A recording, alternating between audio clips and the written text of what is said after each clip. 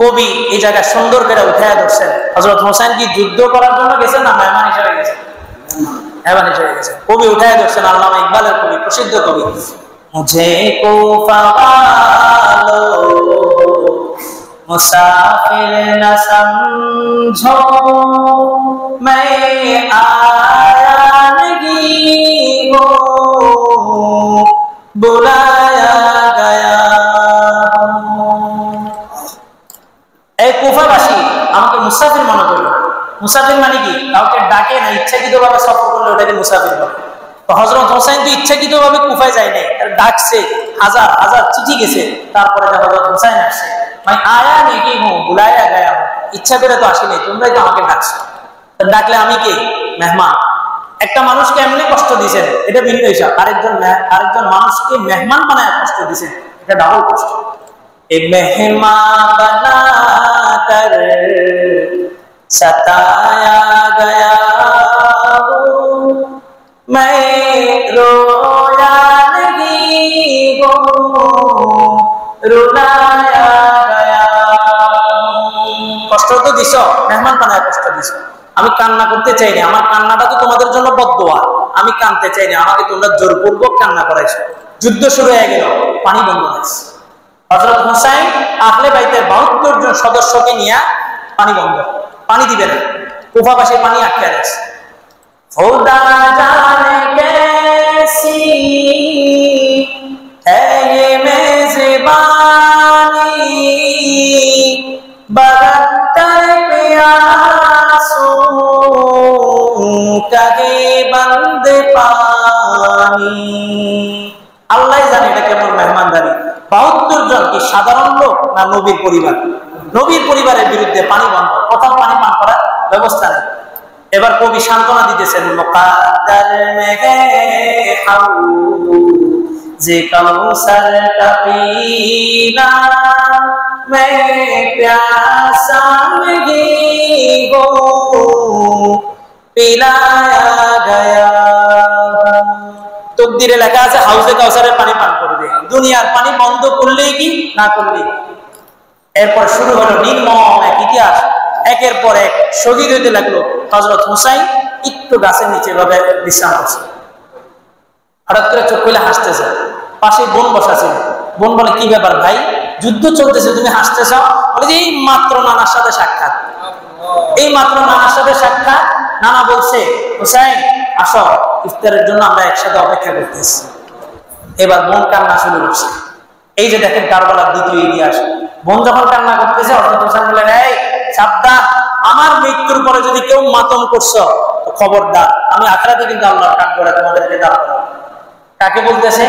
আপন বোনকে। তার মৃত্যুতে, হযরত হোসেনের মৃত্যুতে আপন বোনকে বলতেছে মাতম করতে পারবে না। আর এখন 1400 বছর 1500 বছর পরে আইসা কিছু লোক আছে, তারা আশেকে হোসেন, কারবালার দিন আসলে পুরা বছর কোনো খবর নাই, নিজেরা কি করে? মাতম করে। অথচ হযরত হোসেন নিজের বোনকে মানা করতেছে মাতম করতে না। হযরত হোসেনের বোনের চাইতে কি আমাদের মায়া বেশি? বোনকে বলতেছে কান্নাকাটি করতে পারবে না। আর আমরা এসা এই সমস্ত আদর, এই সমস্ত প্রেম ভালোবাসা দেখাইতেছি। মূলত যারা এই সমস্ত কাজগুলা করে তারা হোসেনের ভালোবাসায় করে না, ইয়াজিদের ভালোবাসায় করে। কারণ হোসেন তো নিষেধ করছে এটা করতে। তো শুরু হলো যুদ্ধ। যুদ্ধে সব শেষ হয়ে গেছে। একটা ছোট্ট বাচ্চা ওটার উপরে এসে তীর বর্ষা, এই ফোর টু ফোর হয়ে গেছে, মাথার এখান দিয়ে ঢুকছে, ওখান দিয়ে উঠে গেছে। আল্লাহু আকবার। হযরত হোসেন অনেকক্ষণ যুদ্ধ করে ক্লান্ত হয়ে গেছে, সব শেষ, আহলে বাইতের সব শেষ, আছে হোসেন। এখন ঘটনা দেখেন, কেউ সাহস করতেছে না হোসেনের উপর তরবারি চালার। কারণ হোসেনকে আল্লাহ রসুলের নাতি, দেখতে অর্ধেক ছিল আল্লাহ রসুলের আকৃতি, কেউ সাহস করতেছে না। ওই যে সিনার যে সর্বপ্রথম বর্ষা মারছিল, এই সিনার আইসা বলে, পাপিষ্ঠের উপরে তোমরা আঘাত করতেছো না কেন? তৎক্ষণাৎ সে বর্ষা তার হুসাইনের এই গলার যে মোটা রক্ত আছে এটার ভিতর দিয়ে ঢুকাইয়া দিছে। আরেকজন বর্ষার পিছনে জোরে ধাক্কা দিছে, মুহূর্তের মধ্যে হযরত হুসাইনের গর্দান থেকে মাথাটা আলাদা হয়ে গেছে। আলাদা হওয়ার পরে এই পাপিষ্ঠ এই জালেমগুলা কি করলো? হযরত হুসাইনের এই মাথার এখান দিয়ে বল্লম ঢুকাই দিছে, দিয়ে এটাকে কলম বানাইছে, কলমের মাথা বানাইছে। তো কবি লিখছে, ঝুঁকা থা जो सरबार गाहे खुदा में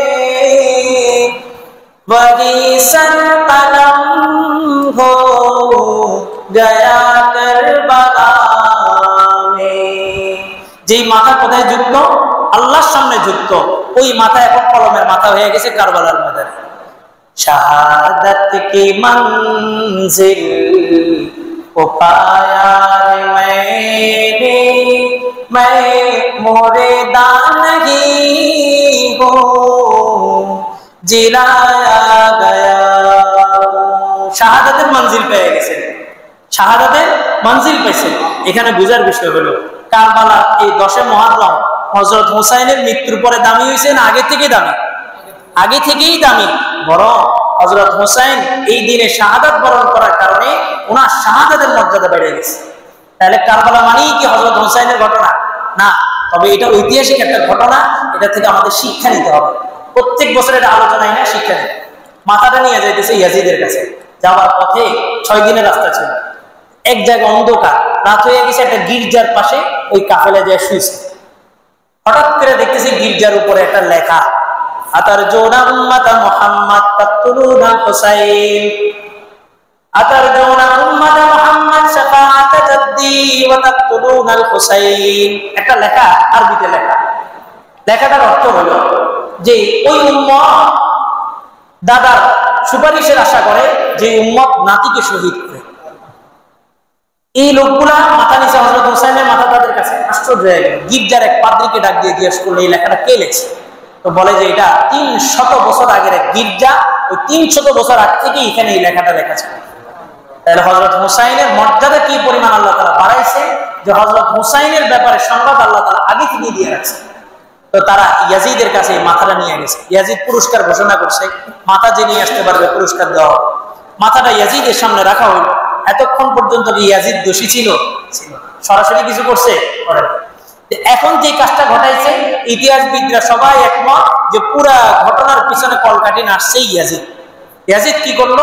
ছোট্ট একটা বর্ষা নিয়ে হযরত হুসাইনের ঠোঁটের উপরে এভাবে মারতেছে আর বলতেছে, এই ঠোঁট দিয়ে কথা বলস, এই ঠোঁট দিয়ে এত কিছু বললি। পাশে বসা ছিল আনাস ইবনে মালিক, ওইটা বললেন কমবখত কমিনা, এই তুই কোন ঠোঁটের উপরে আঘাত করতেছস? আমি বহুবার রাসূলের ঠোঁটকে দেখছি এই দুই ঠোঁটের মাঝখানে বসায় রাখতেন, আর হযরত হুসাইন রাসূলের ঠোঁট চুষতেন, কখনো জিহ্বা চুষতেন, চুষা হযরত হুসাইন খুদানি বলেন তুই কোন ঠোঁটের উপরে আঘাত করতেছিস?